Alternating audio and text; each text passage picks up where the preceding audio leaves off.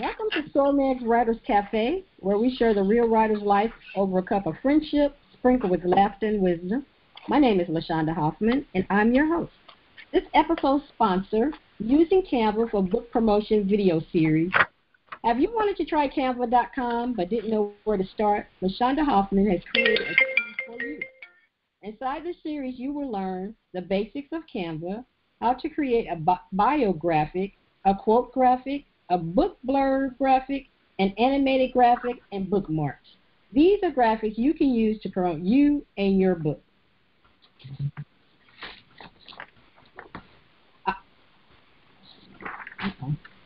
Check the show notes for more information.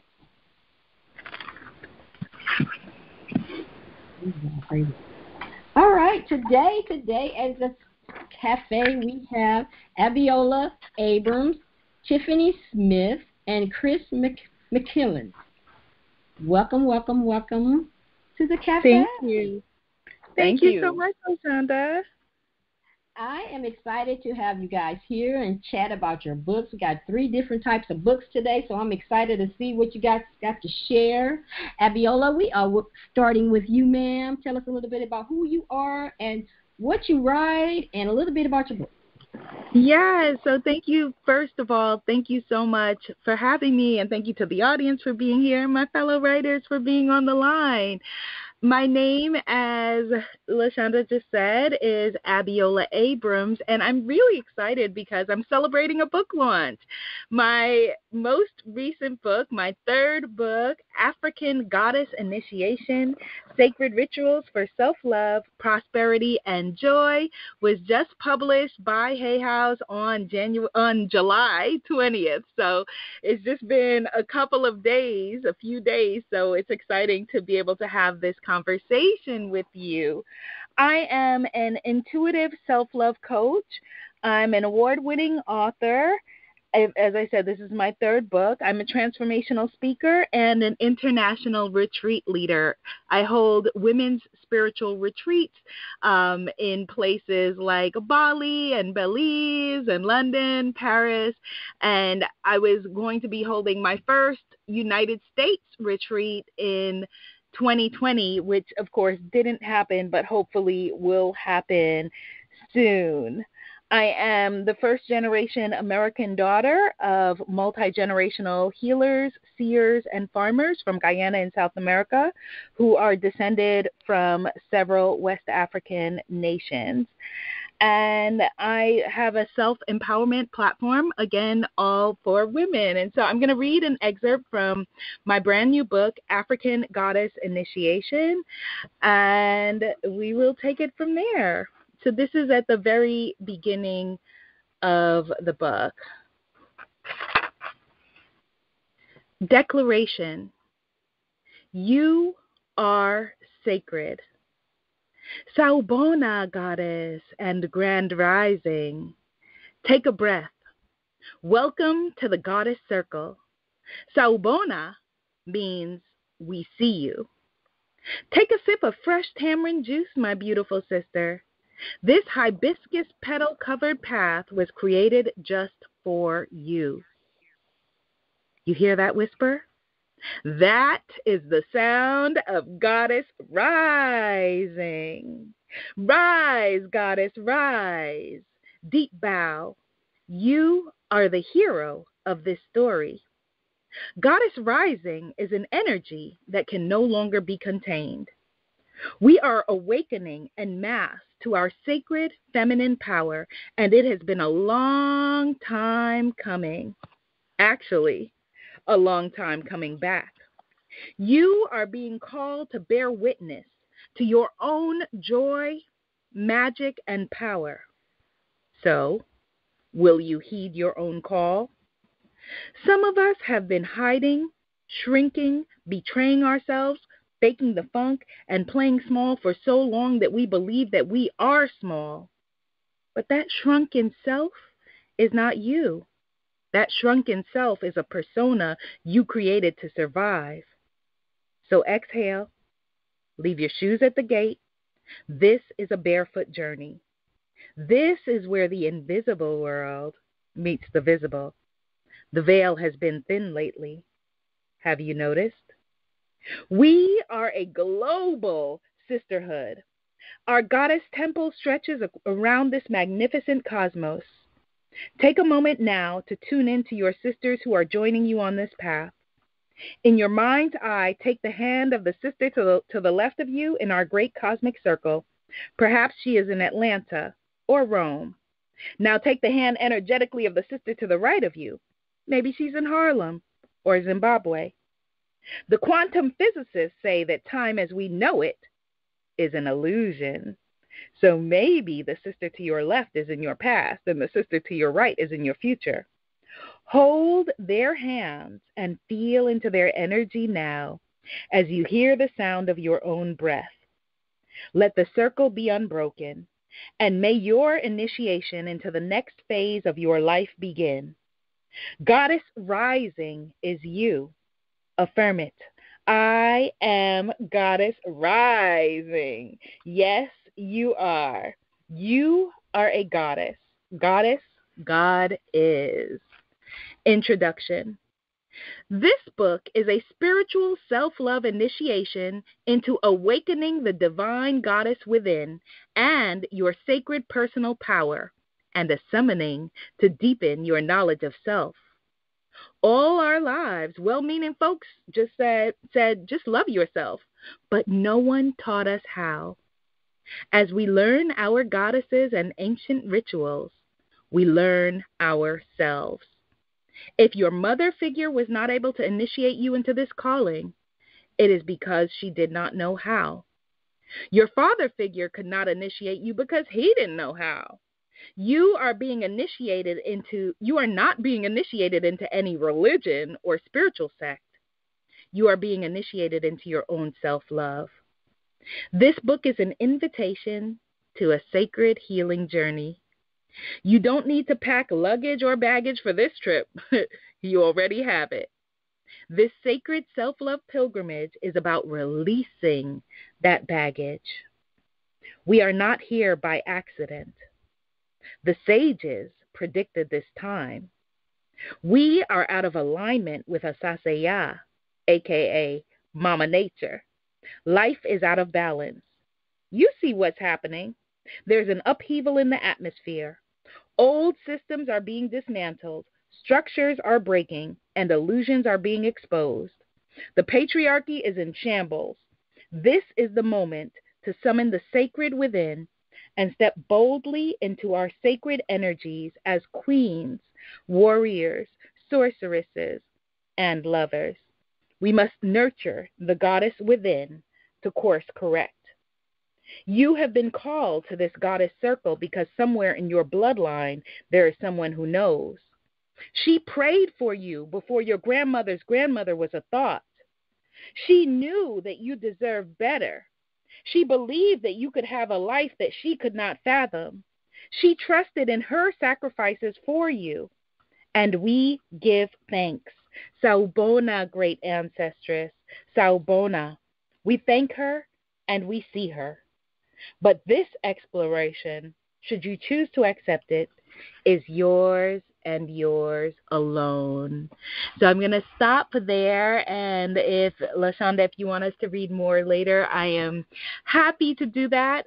I realized that I didn't tell you guys what the book was about before I started reading, so just briefly, it is a sacred feminine initiation of self-love and soul care rituals, tools, and practices based on practices from throughout the African diaspora. So all of us who are in this so-called New World, who were separated from our roots primarily through the transatlantic slave trade, and everyone who is home on the continent, all of our sacred rituals in the divine feminine energy, that's what this book is about.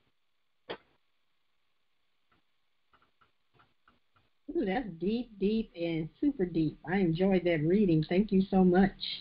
Thank you, sis. Are you ready, Miss Tiffany? I am ready. Thank you for having me on the podcast. My name is Tiffany Smith. I am a journalist. I am a travel writer, and I am the CEO of the Love of Food and Travel, LLC. I formed a blog that turned into a business after receiving my very first passport stamp at the age of 38 in 2015. Travel completely changed my life upon my first international trip to La Romana, Dominican Republic. I gained an insatiable appetite to learn more about the world, more about other cultures, more about food and how it all connects us all around the world. But in addition to gaining an insatiable appetite to learn more about the world, I had my my ability to write creatively was reignited upon my first trip out of the country. And so I began to write about my travels. I sat on my work for years before exposing it to the world because I was extremely ashamed about my journey to finally discovering travel. And it was suggested by someone that I was mentoring that I should start a travel blog. And so in 2017, that's what I did. And my work has been published in several publications. My travel writing, I worked as a travel contributor, for several great publications. And then probably a year or so after, I was in meditation and I felt led to reach back into communities like the ones where I come from in underserved areas to educate and inspire kids about seeing the world. And so during the pandemic, right before probably January of 2020 is where my very first children's book, which I never in a million years thought that I would be a book author, Msomaji's Magic Carpet, was birthed. And it is loosely based on my life. It is about a little girl from the south side of Chicago who loves all things travel, but her parents cannot afford to take her on a trip. And so she pretends that the baby blanket that her dad had made for her when she was born is a magic carpet. And she goes to all of these cool places and learns about Black history along the way. And so here are a couple of pages or excerpts from the book. This book is more than just a reminder about the importance of providing the gift of travel to children from low-income households. This book is also spiritual. It is about the power of the written and spoken word, visualization, meditation, and most importantly, faith. I declare that this book will change the lives of millions of little boys and girls who think that their dreams are out of reach. This book is for young people all around the world with curious, talented minds who believe that opportunities only stretch as far as their immediate neighborhoods. May they be inspired to go further than the block. May they go as far as creation, the ancestors, and their imaginations can carry them. Ashe. And so Msomaji is a very determined little girl, despite being discouraged by several people in the book. And because she is extremely determined and she affirms herself, no matter what anybody says, she receives something very special at the end of this book. And so Msomaji receives an essay assignment in the book, and here's what she wrote. For a little girl like me, who is a dreamer at heart, travel means freedom. Sometimes we're stuck in one place, and even though that place may not be bad, it is always nice to have the freedom to see other places too. Seeing the world and learning about other cultures and different foods and languages is something that I think makes us all better people. I don't believe we're meant to stay in one place. Education isn't just about sitting in a classroom. Seeing the world can be our teacher too. And so that is an excerpt from 12-year-old Msomaji's essay, which then gains her, due to her hard work, gets her something very special, a very special surprise at the end of the book. And so I will leave it there. Thank you. I really appreciate that.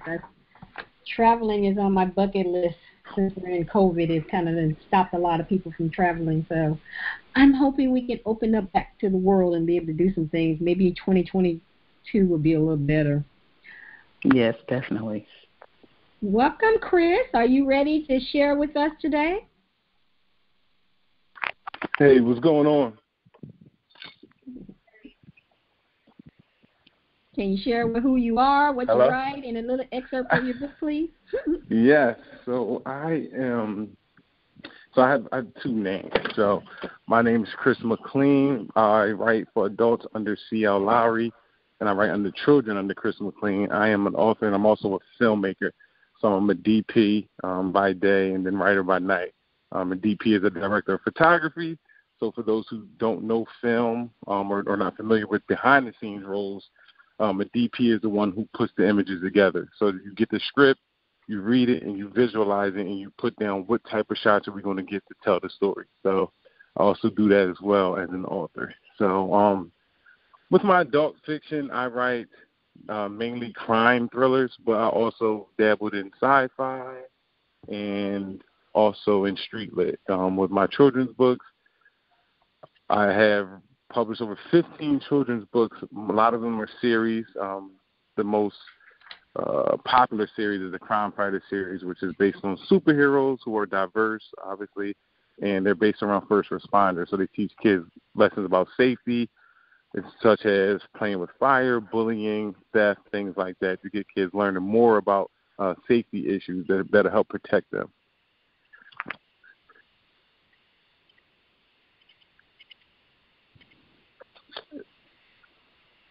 So the excerpt I'm going to read is from my latest release, which is a sequel to a sci-fi novel. The original was A Scavenger. This excerpt is from The Scavenger Hunt. So let me know when you guys are ready. Go right ahead. All right. Let's see. For Levi, the end of the world started in the church. His parents ran the church and did a lot of beneficial work in the community. His father is Pastor Lewis, a beloved figure in Philadelphia. Pastor Lewis was one of the few pastors in the city who put themselves on the front line when it came to protesting social injustice and police brutality. Although many praised the pastor for his work, others despised him for being on the front line. They felt that the pastor's new views and actions conflicted with that of the church. Members of his congregation were not happy that the pastor was spending more time in the community than in the sanctuary. When many of the protests turned into riots, anarchists took that opportunity to launch attacks on the church. They shattered windows, spray-painted the building, attacked members, and threatened to kill Pastor Lewis and his family. Ironically, when Pastor Lewis tried to report these incidents to the police department, he was often left with inadequate service because they also did not approve of his role in the protest. Pastor Lewis was left to protect his family and the church on his own. Not even the members of the church knew what he was going through. Unfortunately, Levi witnessed it all. He often faced backlash in school from other students who took opportunities to terrorize him because of the media attention his father was getting. There was nothing worse than showing up at a private school that was majority white when you were the son of the man who was shouting Black Lives Matter every day on the news. Levi felt lost in the world for quite some time. Luckily for him, his father enrolled him in boxing classes at an early age. This led to Levi being able to not only defend himself against bullies at school and in the neighborhood, but to also become more confident and willing to defend his family. Once the riots became violent, several of the church members wanted to escape the chaos, so Pastor Lewis opened the doors of the church to anyone needing a safe space during those times. He even stayed behind when the evacuations took place so that he could keep the church doors open for those in need. The pastor held services twice a day, and the church was stocked with food. Some members served as security guards to protect the building, and other members due to the recent threats and attacks. Many believed it would be the end of the world, but Pastor Lewis assured them that the chaos would pass and brighter days were ahead of them. The pastor never lost his faith. Do you want me to keep going, or you want me to stop right now? Okay, we'll stop. Okay. Questions. Thank you. What time frame was as your book? Mine? Yes. So the time frame of the book is present day. So basically, it's a sci-fi novel that's based around what's going on currently in the world. Because a lot of times when they talk about sci-fi, you think about The Walking Dead, you think about, okay, everything ended, now everyone's coming together. But what happens in the world if we stopped it today when everyone is so combative with each other? You know what I mean? So much racism, so much going on. what happens if there was an apocalypse? How would people act in this climate today? So that's kind of like what this sci-fi novel is. It touches on a lot of cultural groups and how they are basically segregating themselves in this new world to stay alive. Sounds good. I like sci-fi things. I'll have to check that out. My first question for you, all three of you, is what did you learn while you were writing your book? We're going to start with Chris because this seems like this is going to be a deep book. What did you learn? For me, the thing I learned is that you can't put limitations on yourself because you don't know your own potential sometimes. And I say that specifically because of this series. When I started writing, I mainly wanted to focus on children's books and then just crime thrillers, you know what I mean? The sci-fi story actually started as a contest. It was a sci-fi contest. I said, hey, let me try this. Let me try my hand at it. Always been a fan of sci-fi, but for some reason that was kind of it was intimidating, that genre, because it's so, the fan bases, they love it, you know what I mean? You gotta have a lot of research that goes into it. So it was intimidating for me. I started this short story. The publishing company that was holding the contest, they loved it, they enjoyed it, they wanted more. But for me, when I read the contract, I didn't agree with the royalty breakdown, so I kept the story for myself, and it grew to this. So that's why I said never put limitations on yourself, because if I would have put those limitations on myself, I never really would have even tried my hand at sci-fi. And now this is one of my most popular series amongst my audience, you know what I mean? So that's the one thing I've learned. Good lesson. Well, I would say that my biggest lesson was probably two things. I did not realize all the work that goes into creating a book, and my book is only 44 pages. So even technically it's 40 pages. I did not realize how much work goes into, as a creative, you just think you're going to write and then it magically gets put out into the world. But, this is a picture book, so from illustrations to learning about where you need to register and getting your ISBN, just all of the small intricate details that go into writing a book. That is probably the biggest lesson that I've learned, is to be prepared to basically take your time to make sure you put out the best product possible, because it is definitely a journey. The other thing is to not be afraid to be vulnerable and tell your personal story, because your personal story certainly has the ability to bless someone else. So those are the two biggest lessons that I got from publishing Msomaji's Magic Carpet. Thank you. Those are good lessons, too, because a lot of people, when they publish a book, really don't talk about the steps that you have to go through. So someone who's new to it, they're like, oh, they made it seem easy. Yes. Yeah, absolutely. And you're going, it's not easy. I got to do this. I got to do that.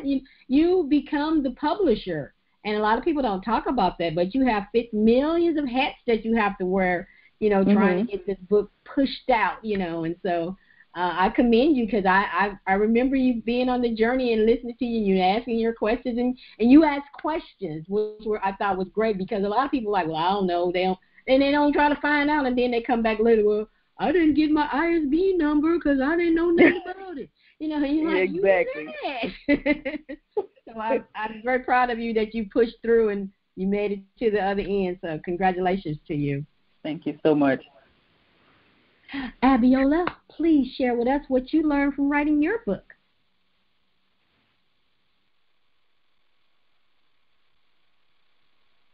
Actually, very similar to Chris's lesson, which was, well, two things. I learned follow your inspiration, because I really feel that, like, with this project, I was in the trenches with the ancestors. They were like, this is what we want you to write. And I kept thinking that I knew better. And so I wrote this book during the pandemic, for 9 months, the gestation period of a child. And it was the third book that I wrote last year. I had written 2 other books because I knew that I had gotten the guidance that I was supposed to be writing a book in that year, and I was actually teaching a class through my site, womanifesting.com, on writing a book. And so I was writing a book with the students in my class, and I kept thinking, okay, well, no, there's another book that I need to be writing that's better for my brand. This is not good. This is not on brand. And I knew that I wanted to go back to a publishing company. My first book was published by Simon & Schuster, but my second book was indie published. So I did all of the things that Tiffany is talking about, where you are responsible for everything, which was challenging, as she said, but also very fulfilling. But I knew with this book that I wanted to go back to a publisher. And as I said, like, I kept on thinking that I knew better. Like, no, this is not the book that I want to write because, you know, I'm being told that I need to write, told by my ancestors that I need to write about our rituals and our spirituality and African traditional religions. And I'm thinking, well, they're not going to be, the anonymous, they are not going to publish that. They're not going to help me to put that out there. And finally, I surrendered and said, you know, okay, well, if this is what I'm being told to do, you know, I don't have to see the whole staircase. Like Dr. Martin Luther King said, I just need to see the step in front of me. Let me just go step by step. Let me go step by step. And it all unfolded really beautifully. My publisher, Hay House, that I worked with, I ended up having the most positive creative experience of my writing life. And I've had literally every single job as a writer that you can think of. And it was I had a Black woman editor who was working with me, and she was so supportive of this project and this journey that it was really, it was proof that all things are possible. And so I stopped looking at the word count when I was writing, because I was like, okay, you know, I'm anxious about doing this project. I had really bad anxiety. I'm nervous about it, all of those things. And I was like, okay, let me stop looking at the word count. It was supposed to be 50,000 words. And then when I finally looked at the word count, it was 120,000 words. I had written 2 books. And when I handed it into my editor, I was terrified and nervous that she was just going to be like, girl, this is a mess. You need to cut this in half. This is crazy. And she came back to me and she said, Abiola, she said, I'm having a challenge. And I was like, oh no, like, what is she going to say? And she said, I'm having a challenge as I'm reading this and I'm reading it as a fan and as, you know, a Black woman, that this is my story too. And she's like, I have to remind myself to read it as an editor. And she was like, we're going to figure out how they need to publish it as it is, because there's no fluff here. And so what they did is they changed the format from it being hardcover to softcover, because it would have been too expensive at that length, at 400 and something pages as a hardcover, and then created it, added artwork to it, and allowed it to become a resource for African spirituality. And so all things are possible. They really are. All things are possible. And as creatives, we don't hear that and feel that enough. I love that. I love that you listened. You know, sometimes as writers, we don't listen to our gut or to God. Yes. He's telling you what to do, but you like, I get spanked all the time, because I be like, they ain't gonna like it. He be like, just do what I say, LaShaunda, okay? Exactly. That's good. So my question for you is, why do you think that the covers play an important part in the buying process? Why do you think that? Oh, wow. Can I start? Yes, sorry. I'm sorry. I didn't mean to interrupt anybody, but this was a big one for me, because I strategically I had people ask me if Msomaji's Magic Carpet is loosely based on your life, why didn't you make her look like you, which is a light-skinned little Black girl with, curly hair. and Msomaji is a dark-skinned chocolate black girl. And I looked up the amount of chocolate girls on the covers of children's books, and I knew that it was something that was extremely needed, not just in the children's book industry, but you and I both know, we all know that everywhere, light-skinned, so-called exotic-looking women are pushed to the forefront, while dark-skinned sisters are, put second, as being deemed as beautiful. And so I knew that it would be extremely important to empower young chocolate girls, even though this book was about me, a little light-skinned girl with curly hair from the south side of Chicago. And so I think that it is extremely important not only to create something unique on your cover, but to make sure, it is something, create something that is needed, that is extremely needed, is what I'm trying to say, on your cover, to push forward your message and to set yourself apart. I like that a lot. Anybody else have anything to say? I think that book covers are so important because we're visual people and we're visual thinkers, and so the things that we feel would work on a cover. And first I want to just say also thank you, Tiffany, as a chocolate girl, for putting us on the cover of your book. I appreciate that.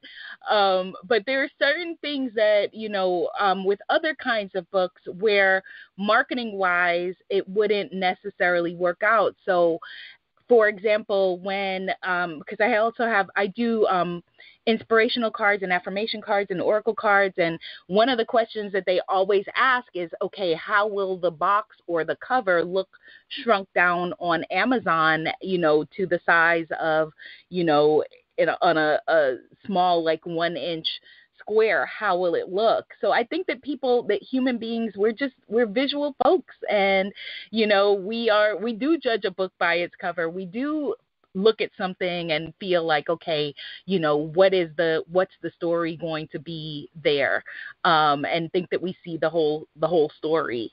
And with African Goddess Initiation, the artist who illustrated the inside of the book and my upcoming African Goddess Rising Oracle card deck, she drew the cover. She did the cover art for the book, and it's absolutely stunning. But I will share with y'all, open confession, like I was hoping to be on the cover, of my first Hay House book, because it's a big deal for me, girl from New York City, Harlemite, to be with this publishing company.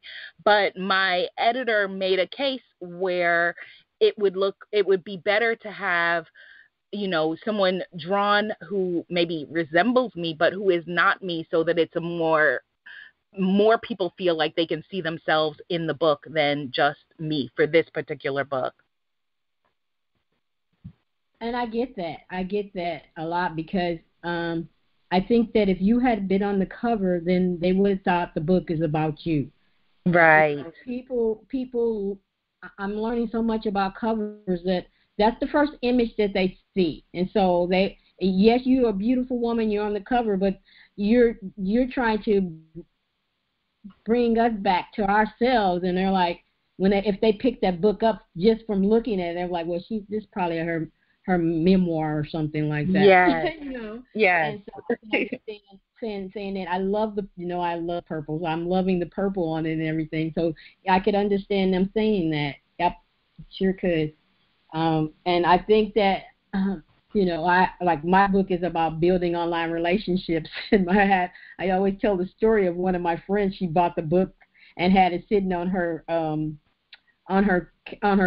table at home, and her husband came by and said, "Oh, you're looking for a new man?" Because it says building online relationships. So he's like, "You online looking for a relationship? What is this about?" And the thing that saved her was that I have a tagline that says "one reader at a time," because he was mad. He was seriously mad. And she said, "Honey, this is my friend's book. It says one reader at a time." He's like, "Oh, okay, I get it now. I see the computer in the book. I missed it." So, yeah, the covers are very important. So that's true. What about you, Chris? Do you have anything to say? I would just say, in terms of the covers, just to agree with what all of you guys are saying. It's important. It's your brand. You know what I mean? It's a reflection of your work. If you have a cover that looks like there was no effort put into it, that it looks like it's not professional, what are readers going to think about the actual story? You know what I mean? When it comes to editing and things like that. And most people don't even think about it. Like, the covers are also part of your total package when it comes to your brand. The colors, the style, especially like in urban fiction, you see a lot of people revamping their covers. Because just to switch them up. Whether it's cover models being used over and over again, so they want to switch up the covers to differentiate themselves from other authors, to just the simple style of it. They're taking people off and they're putting cartoon style covers now, which look amazing. So it's just all about style and updating and matching your overall brand. And with the covers, you also got to be careful with the covers, because there are a lot of people that just slap titles on royalty-free images and they call themselves cover designers, and they'll charge you an arm and a leg, and they really did no work that you can't do yourself on Canva or something like that. So when you're searching for cover designers, you got to really search for people who actually design covers, who are not just slapping things together and putting text on it, and then next thing you know, you see your same exact cover with a different title by another author, just because, you know what I mean, these designers don't have creativity, or they're acting like they're designers, but they're really not, you know what I mean? So covers are very important, and that's just another step when you're indie, that you got to do a lot of research on the cover designers. That right there was some good nuggets there, because a lot of people they sleep on the cover. That's, they don't want to. The covers cost too much, and they don't want to invest in it. But that's the first thing that readers see is your cover. Then they flip it over to read what the back is about. And even if you're doing a social media ad, that's the first thing that people see is the cover. That cover has to make them stop in their tracks to find out what the book is about. And I really hate when people who are selling covers do that, where they go, well, I got this image and I can change your stuff around on it, and a lot of people think, well, nobody is going to see that I got the same cover as she got, and yes, they will. I've seen it happen in with the big publishers, where they will take a picture and then they will take it and crop it to different images, but it's the same picture. And if I had a friend that was writing Christian fiction, and they put the other book was it wasn't Christian fiction, but so somebody bought the wrong book because it was a similar cover, and they were like, this is not, they didn't know her name, so they got the wrong book. But she's like, it's the same lady. I'm like, yes, the same lady. Just the background just changed a little bit. So you can get that with big publishers too, because everybody's buying the same images. So you do have to be real careful when you're buying images to make sure that it's not one that everybody is using. Just because it's cheap, there's a reason why most of the time. What has surprised you most about being a published author?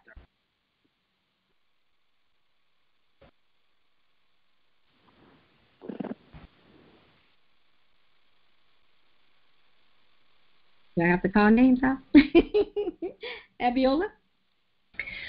The biggest surprise I think about being a published author is that it's interesting. It's like, I think that a lot of times as creative people, we feel like our ideas are limited, or we'll write this book and this is going to be our big thing, and it's going to be it. And I feel like it just gets us stirring and gets us started, that there's always another book and always another story to tell, and it awakens our creativity. And I think that, it's interesting, because sometimes when you're writing the one book, you're already thinking of the next, like, oh, okay, and you have to force yourself, like, okay, I'm here, be here now in writing this project. That, we have a lot of stories in us and a lot of stories to tell, and we should just go for it and just do so, that no matter like where we are on the journey, we're still just getting started. When you look at people like, a lot of like the huge authors that they put out like a couple of books a year. I mean, a lot of them have teams. Most of us are just, ourselves. But there are always more creative juices to flow, basically. Yeah, that's so true. I think my biggest surprise was how, and perhaps I'm only looking at it because this is my very first book, so I'm looking at it through a particular set of lenses. But self-published authors like really have to hustle. There is a hustle that is required if you don't have the HarperCollins and the big names backing you. There is a huge hustle. Even if you're going into these smaller, bookstores looking for them to put your book on the shelves and things of that nature, like there's a serious hustle and a lot of hard work that self-published authors need to be prepared for. Oh yeah. Like I said, you're the publisher, so you wear so many hats. You have to be prepared, and a lot of people aren't. They just like, I wrote a book, it's on Amazon. I was not prepared because I'm like, the book is good. Like, this is great work. This is something special. This is something unique, but the world doesn't know that. So you have to hustle to let, like a HarperCollins would, to make sure that the world knows that, and you're your own sort of one man or one woman team. And I was not prepared for that. Yeah, it's a adventure, that's for sure. What about you, Chris? I want to add to that one of the things that I was totally unaware of is that I thought that when you were with a publisher, I remember with my first book, like I thought that when you were with a publisher that they would be out there hustling, because you see them hustling for, other authors. And a lot of times, unfortunately, as a Black author, that it's basically like they're providing distribution, which is still a huge thing, a huge difference, a huge help, from being an indie author. But it's like if your book flops, like they keep going. So to them, it's like, well, they would write it off and keep moving forward. That even if you are have a major publisher that you're working with, unless you're a big name, maybe then it's a different situation. But it still all falls on you, like all of like the marketing and all of the. And it was still astounding, even though I knew that, it was still astounding again now in this case, like, a few months before my book launched, and they were like, oh, well, how many people have you, like, have you set up interviews? Have you done this, that, like a whole bunch of things. And in my head, I'm like, oh, well, I thought that was your job, but okay. Yes, it's my book. And I have to remember, if it tanks, for lack of a better word, y'all keep on trucking and rolling along, it's on me. So an important thing just to remember regardless. Well, I think that a lot of authors don't ask questions. You assume. And so I know an author who hit the New York best-selling list, and she assumed that they were going to put the little, they put the little gold sticker on her thing, and they were going to do another reprinting, and they didn't. And she was like, she was all on, ranting about it, and I was like, if that ain't in your contract, they don't have to do nothing, So you definitely have to make sure it's in your contract. I've had people who are with publishers, and they didn't get any copies of the book. And I was like, did you ask for copies? Well, I didn't know I was supposed to ask. I just thought they was going to give me some. Like, no. If you don't ask, they're not giving you nothing. So you have to make sure that you ask. And I always say, talk to other people who've done it. That's what they're either going to say yes or no if they to talk to you. But a lot of people go in with this idea of they're going to be treated like Michelle Obama and going to go on tours, and they're going to do this and they're going to do that. And then they come back and they go, well, they just sent me a book. That was it.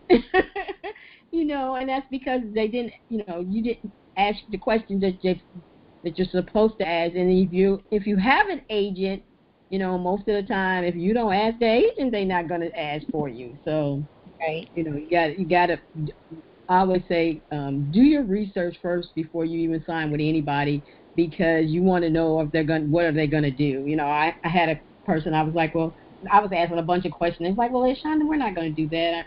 I was like, I want my movie rights. They're like, girl. I was like, look, you don't never know. Mm-hmm.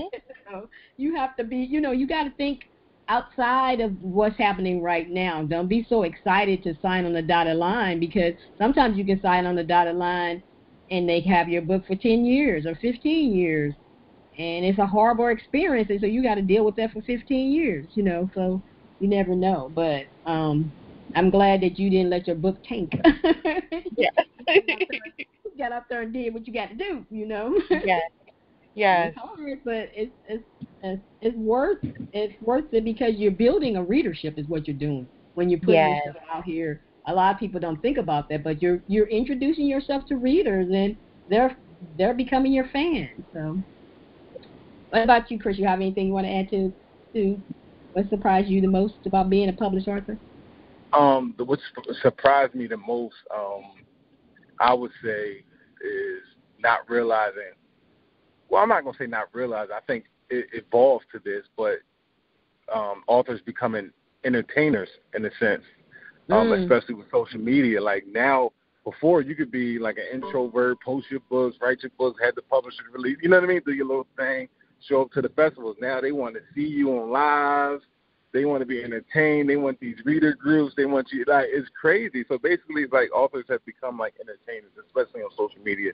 They want to see the TikTok videos. They want to see the creativity on that end outside of just your writing. So that was the most surprising thing to me. And it's, like I said, it's constantly changing, constantly evolving. So it's something that we're just going to have to keep up with and just keep providing that to keep that readership. You know what I mean? Yes, I understand. And the thing about it is, as an author, you have to choose what part of the entertaining that you're going to do.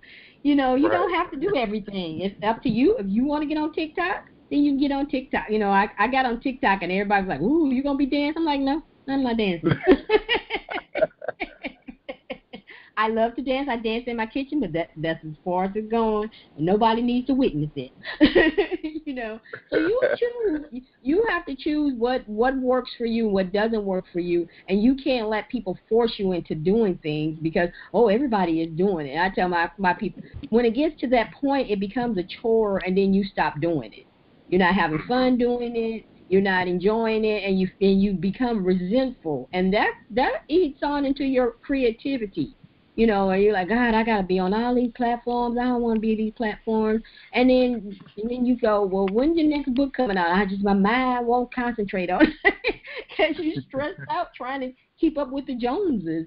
So, I definitely tell my clients, find 2 or 3 things that you like to do and do those. Don't be trying to be on all 20 platforms because you're just going to stress yourself out. And then when do you have time to write if you're doing all this education, entertaining? When do you have time to do that? Oh, I thought we lost you. I can't even say your name now. I got nervous. Abiola, it's okay. Abiola. I love your name. I was like, my tongue is not working. In the world, I just missed what I was going to say. I have a question for you. What advice would you give to someone who this is their first book and is about to be released? What would you tell them to do? Take your time.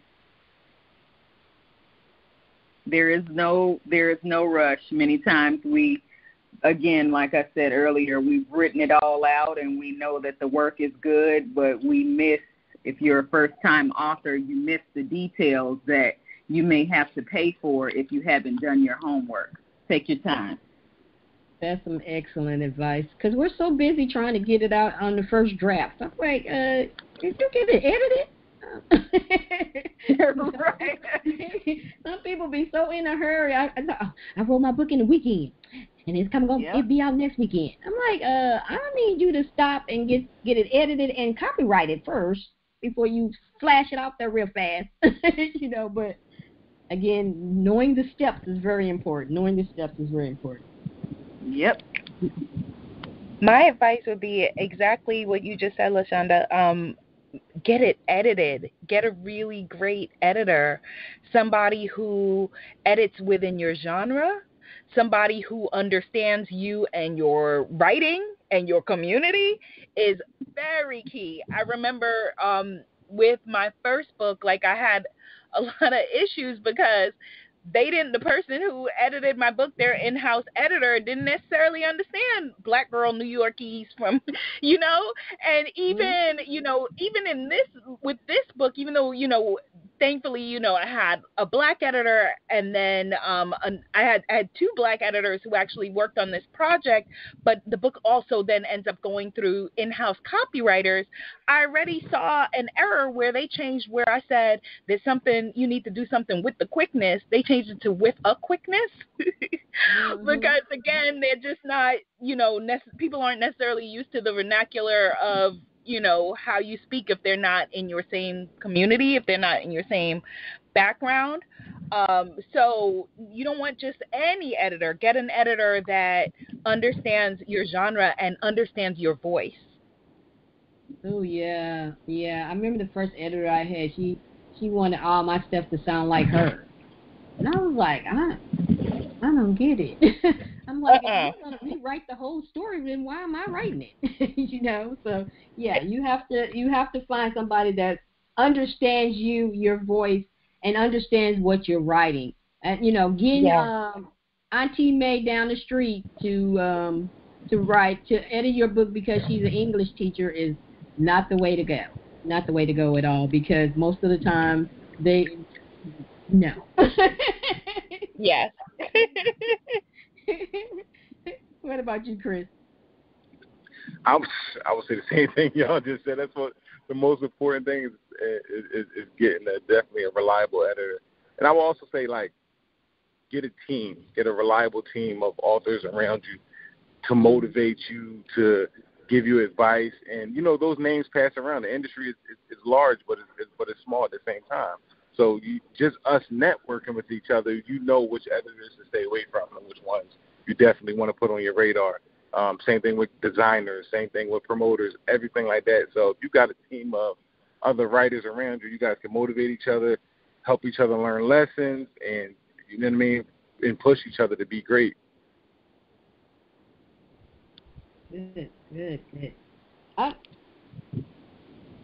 What about writing do you wish other non-writers would understand? Oh, that's a great question. I would say that, that for most of us as writers, that you don't get to just be a writer. So I think that non-writers maybe have an idyllic picture in their head, or even maybe people who are wanting to be writers of, just you and your laptop and you're on a mountain somewhere or in a park and you get to just write all the time, and that's great. But we are also, we're the marketing person, we're the PR person, we are the, we're every stage of a business that you can think of, because a book is a business. That's a business. So every author is an authorpreneur. And so if you are writing with the thought of, okay, this is all that I want to do, which is nothing wrong with that thought if that's what your thought is, but your book is a business. And so you can just make certain mindset shifts. So for example, if, marketing and PR is annoying for you, just make the adjustment that, wait, no, I'm building a relationship, as I think you said earlier, LaShaunda, building a relationship with my audience, with the people that I want to connect with. And my book is the bridge in order to do so. And it helps put you in a different frame of mind. But yeah, just knowing that, no one, unfortunately, is just sitting around, happily writing and eating bonbons, that we're running whole businesses. I think a lot of people miss that altogether, even the people who are writers. That is, somebody said a class I was in the other day that it is a business, and if you can remember that, then your path will be easy. He said, because you're about making money, and a lot of writers like, oh, I don't have to sell books. I just want readers, and I'm like, no, you want some money too. So you got to be ready for that. That is a business. Yeah. It is a business. What about you, Chris? I would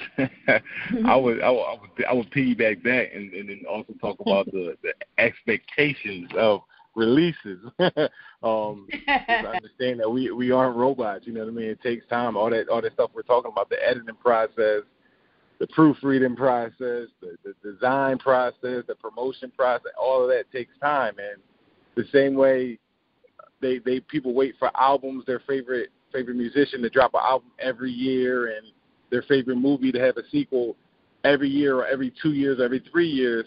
Don't expect us to drop books every month.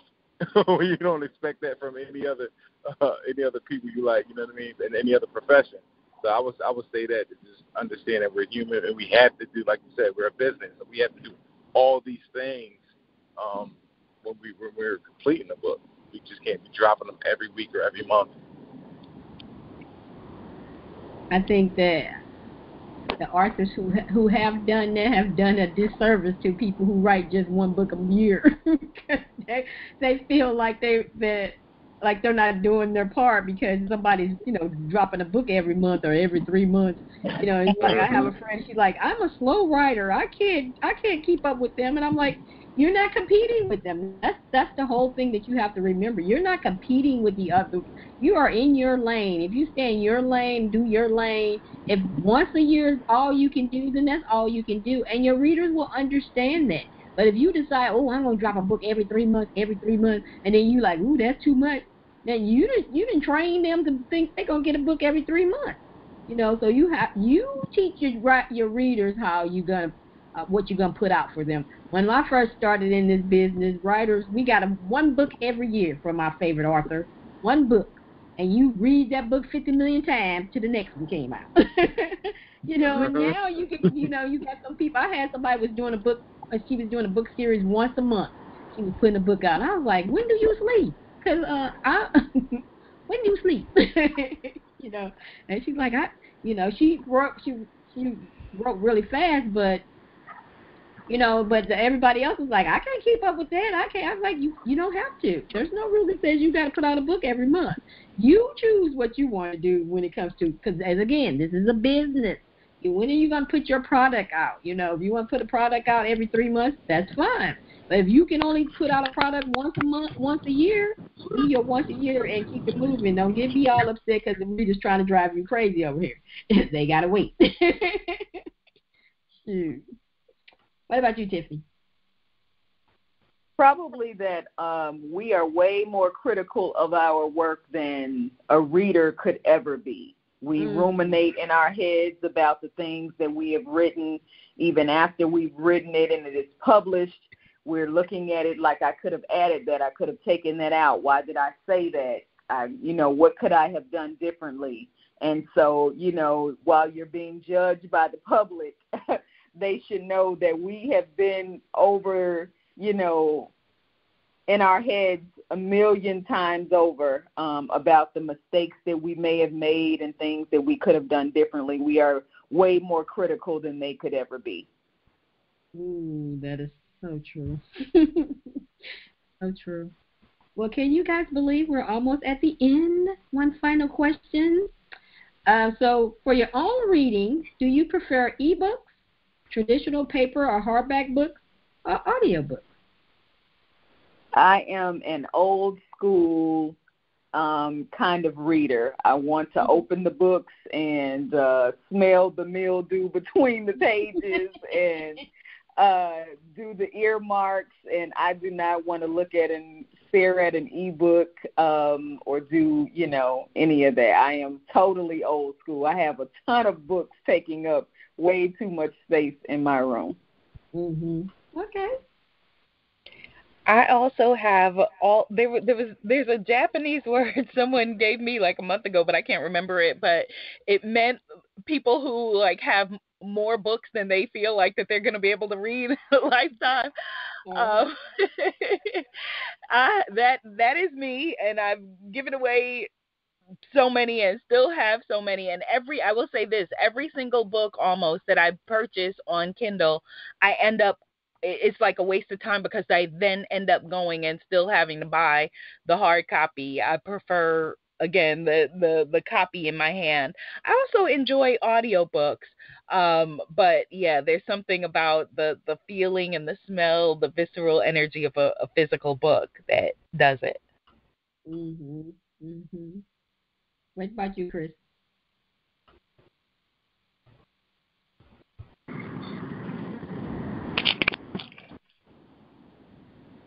I would say the same thing. That feel of that physical book is unmatched for me personally, but it's unmatched. That's good. That's good. I'm an audio girl. I love audiobooks. 2020 brought me back to the real book. I hadn't read a real book in a long time because I do everything on Kindle. When you get older, those eyes change, and so the print was driving me. And so I stopped reading regular books. But in 2020, I'm at home. I could read a book, and it was just so magical. To hold the book in your hand, like you said, smell the loveliness. And, I was like, okay, I do miss holding a book. I really do. I guess I'm old school too. All right. I would like to thank Abiola, Tiffany, and Chris for being with us today and sharing about their writing experience. Please tell our listeners how they can contact you online. Sure. Thank you so much for this conversation. This was great. I look forward to connecting also with Chris and Tiffany and buying your books. You can find me, Abiola Abrams, throughout social media at Abiola TV, ABIOLA, AB like boy, IOLA TV, Transformation and Victory, throughout social media. And my website is womanifesting.com, so like manifesting.com / manifesting, like manifesting.com, but womanifesting.com. And you can find my book, African Goddess Initiation, Sacred Rituals for Self-Love, Prosperity, and Joy, at the link tinyurl.com/thegoddessbook, tinyurl.com/thegoddessbook, or just go to my site, womanifesting.com. Yes, thank you so much, LaShaunda, for having me. I really enjoyed the discussion. You can find me on Instagram at Love of Food and Travel. I'm on Twitter at FoodTravel08, and you can find me at The Love of Food and Travel on Facebook. But if you'd like to purchase my book, you can go to SOMAJI'sMagicCarpet.com. It is a little bit difficult to spell, so it is M as in Mother, S as in Sam, OMAJIS. Carpet.com. There's an M on the front of Msomaji. It is Swahili for seeker. So just SOMAJI'sMagicCarpet.com. Thank you so much.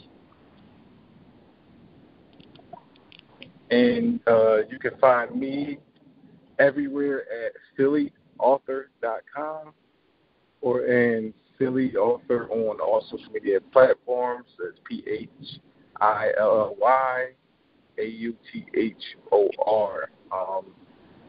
Like I said, I write adult fiction under C.L. Lowry and children's books under Chris McLean, McClean.